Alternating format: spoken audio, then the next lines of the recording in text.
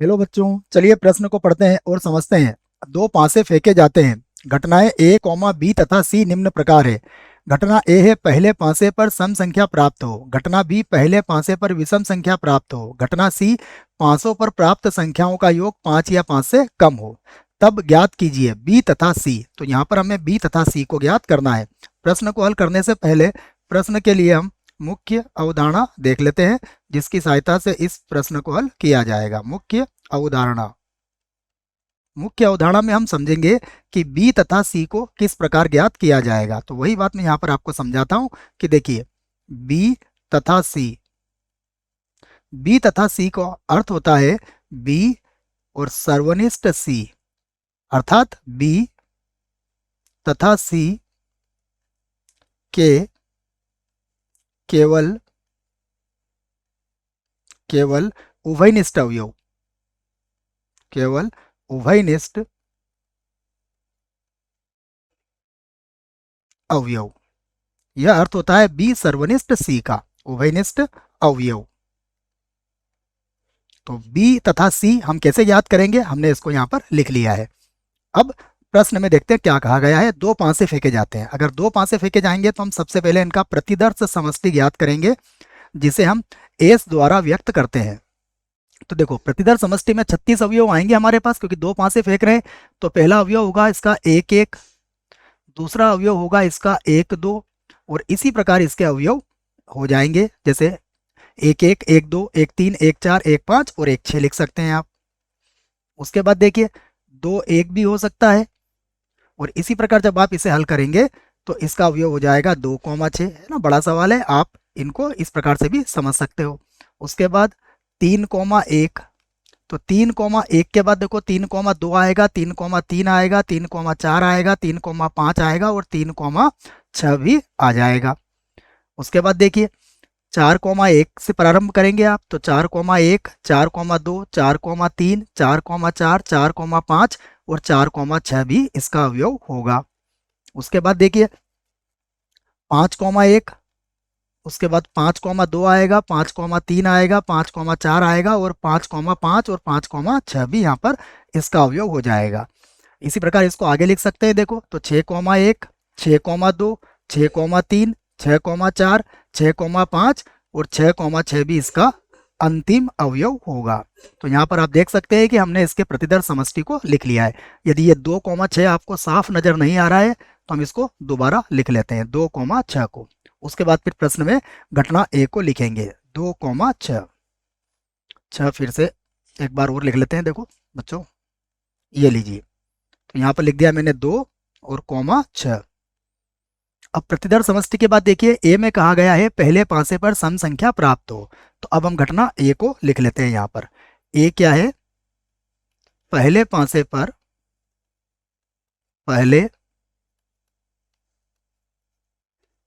पर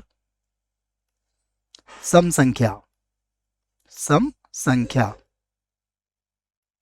देखिए पहले पासे पर सम संख्या का तात्पर्य है पहले पासे पर या तो 2 होगा या 4 होगा या फिर 6 होगा। तो हम इसे बना लेते हैं। देखो तो अवयव इसका 2,1 होगा, 2,2 होगा, 2,3 2,4 2,5 या फिर 2,6 इसका अवयव होगा। इसी प्रकार देखिए 4,1 4,2 4,3 4,4 4,5 और उसके बाद 4,6 भी इसका अवयव होगा। उसके बाद देखिए पहले पासे पर 6 भी प्राप्त हो सकता है, तो 6,1 6,2 6,3 6,4 6,5 और 6,6 भी इसका अवयव होगा। यह हमारा घटना ए हो गई। अब हम घटना बी को भी यहाँ पर लिख लेते हैं। देखो तो घटना बी क्या है हमारे पास, उसे मैं लिख देता हूँ। घटना बी है पहले पासे पर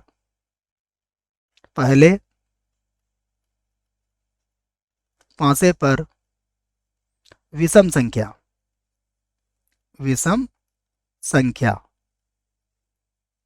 तो देखिए पहले पासे पर विषम संख्या से तात्पर्य है पहले पासे पर या तो 1 होगा या 3 होगा या 5 होगा।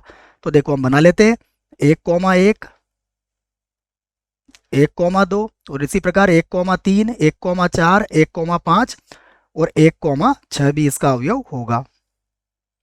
उसके बाद देखिए पहले पासे पर 3 आ सकता है, तो 3,1, 3,2, 3,3, 3,4, 3,5 और 3,6 भी इसका अवयव होगा। फिर देखिए पहले पासे पर 5 भी प्राप्त हो सकता है, तो 5,1, 5,2, 5,3, 5,4, 5,5 और 5,6 भी इसका अवयव होगा। तो यहाँ पर हमने घटना बी को भी लिख लिया है। अब हम लिखते हैं घटना सी को। तो घटना सी में क्या कहा गया है ये भी लिख लेते हैं। इसमें कहा गया है प्राप्त संख्याओं का योग, प्राप्त संख्याओं का योग 5 या फिर 5 से कम है। तो देखो यहां से फिर हम सी को लिखते हैं। तो प्राप्त संख्याओं का योग सबसे पहले 2 हो सकता है, तो ये होगा 1,1।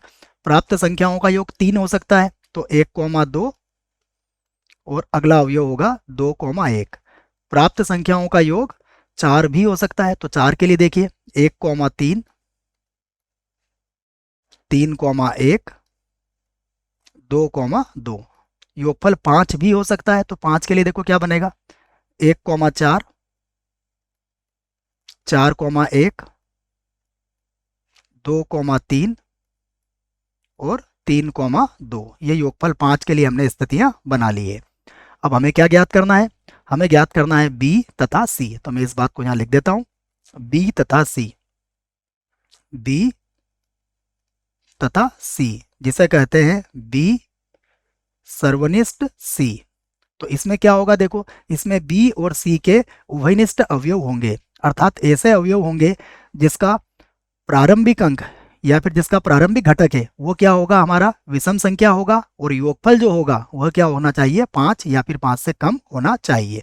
तो देखो हम क्या करेंगे, इसमें लिख देते हैं।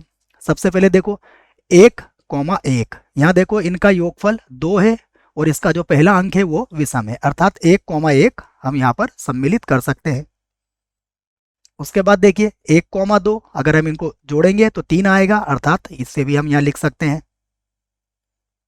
उसके बाद देखिए 2,1 नहीं लिखेंगे क्योंकि ये बी में नहीं है। 1,3 भी यहाँ पर लिख सकते हैं क्योंकि इनका योगफल 5 या 5 से कम है। उसके बाद देखिए 3,1 भी यहाँ पर लिख लेंगे हम, तो ये 3,1 आ गया। उसके बाद देखिए 2,2 समुच्चय बी में नहीं मिलेगा। 1,4 भी आप यहाँ लिख सकते हैं, 1,4। उसके बाद देखिए 4,1 आप नहीं लिखेंगे क्योंकि इसका प्रारंभिक अंक क्या है, सम है। उसके बाद 2,3 भी आप नहीं लिखेंगे, 3,2 आप लिख सकते हैं। तो यहाँ पर मैं लिख देता हूँ 3,2 क्योंकि इसका पहला अंक देखो विषम है और योगफल भी 5 है, तो 3,2 भी इसमें सम्मिलित किया जा सकेगा। तो ये हमने बी सर्वनिष्ठ सी या फिर बी तथा सी को यहाँ पर लिख लिया है। आशा करता हूँ बच्चों आपको इस प्रश्न का उत्तर समझ में आया होगा। धन्यवाद।